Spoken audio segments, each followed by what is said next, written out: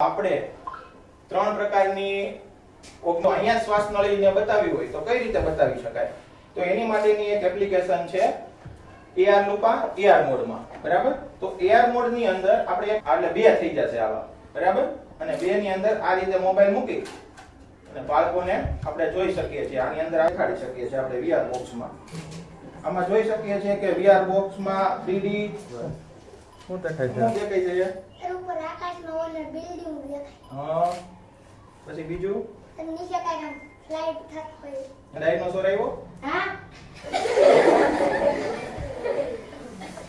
Virtual reality. આવી reality સાચી છે નહીં, પણ આમાં જોવો તો તમને ખબર પડી જાય કે તમે અહીંયા જંગલમાં ચાલ્યા જાવ છો. હોય તો બોલો ક્રિશાબેન, કેટલા આવશે? કેટલા આવશે? શક્તિનો વિકાસ થાય તમારો, એટલા માટે તમને આ એક દાખલો આપેલો છે. આમાં કેટલી આ આકૃતિમાં તમને દેખાતી હશે તો કેટલા છે? 4 છે, 7 છે, 8 છે કે 12 છે?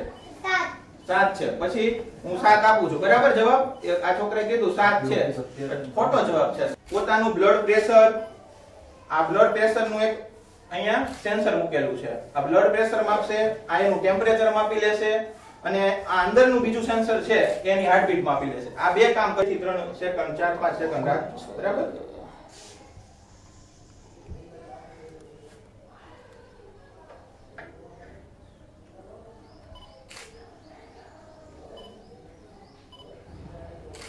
હાલો 94 છે.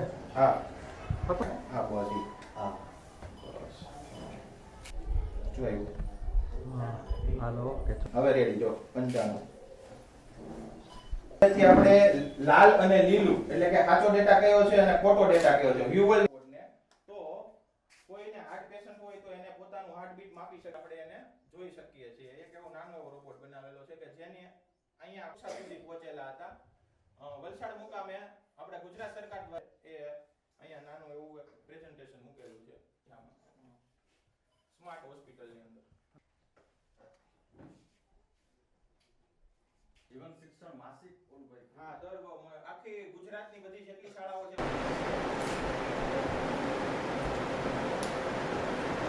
બસ ના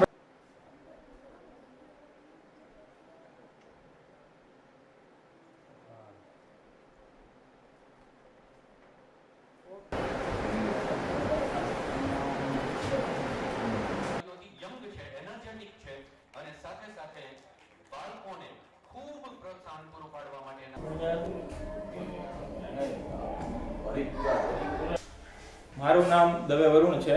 હું બવાડી પ્રાથમિક શાળામાં 11 વર્ષથી ફરજ બજાવું છું. સાથે ગણિત અને વિજ્ઞાન શિક્ષણમાં ટેકનોલોજી આધારિત શિક્ષણ કેવી રીતે આપી શકાય તે માટેની મારે એક પહેલ કરેલી છે, જેમાં મેં એક એપ્લિકેશન બનાવેલી છે જેનું નામ છે Varun mathematics puzzle game AR and VR.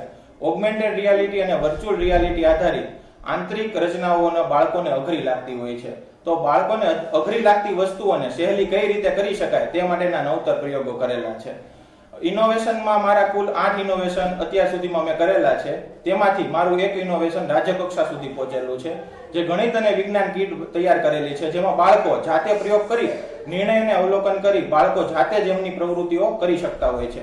સાથે મેં નેશનલ ફેસ્ટિવલની અંદર ગણિત અને વિજ્ઞાનના આધારિત એક મેં પ્રોજેક્ટ બનાવેલો છે જેનું નામ છે data analysis robot. Data analysis robot આપણે હોસ્પિટલની અંદર જે વસ્તુ હોય છે એનું SpO2 અને હાર્ટબીટ માપી શકતા હોય છે. સાથે સાથે જીવન શિક્ષણની અંદર મારો હમણાં જુલાઈ મહિનાની અંદર એક લેખ પ્રસ્થાપિત થયો છે જે વ્યવસાય શિક્ષણ ઉપર છે.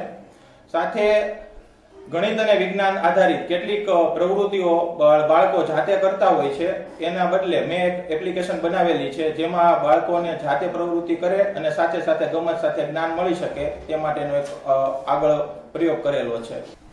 મારું નામ કોગતિયા છે. હું ધોરણ 6 માં અભ્યાસ કરું છું. મને ગણિત અને વિજ્ઞાન આગ્રહ લગતા વિષયો ભરણસર દ્વારા એપ્લિકેશન માધ્યમથી અગ્ર લગતા વિષયો સરળતાથી બનાવે છે.